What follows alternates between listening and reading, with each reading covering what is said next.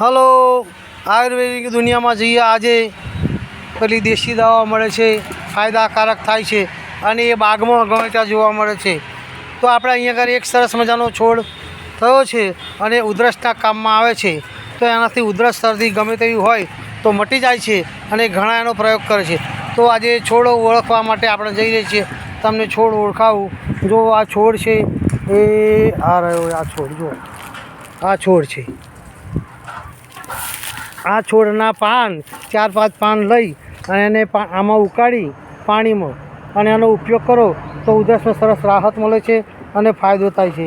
પછી બીજો એક છોડ પાછો જોડે ને જોડે છે, આ દાંતરણનો. જો આ અરડુસી, અરે આ પેલી શું કહેવાય એને, કંબોઈ.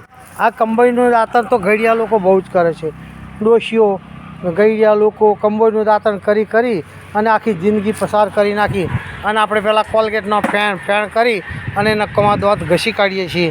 તો આવી સરસ વસ્તુ છે અરડુસી, એનો ઉપયોગ કરજો.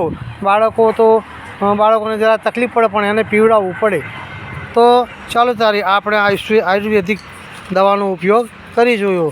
પછી આ જાંબુડો પણ છે. જો મોં આવ્યું હોય ને તો જાંબુડાના પાન, કોરા પાન ચાવો તો એનાથી મોંમાં પણ ફાયદો થાય છે. ચાલો એક સાથે 3 ઉપયોગ કર્યા. ચલો આવજો તારે.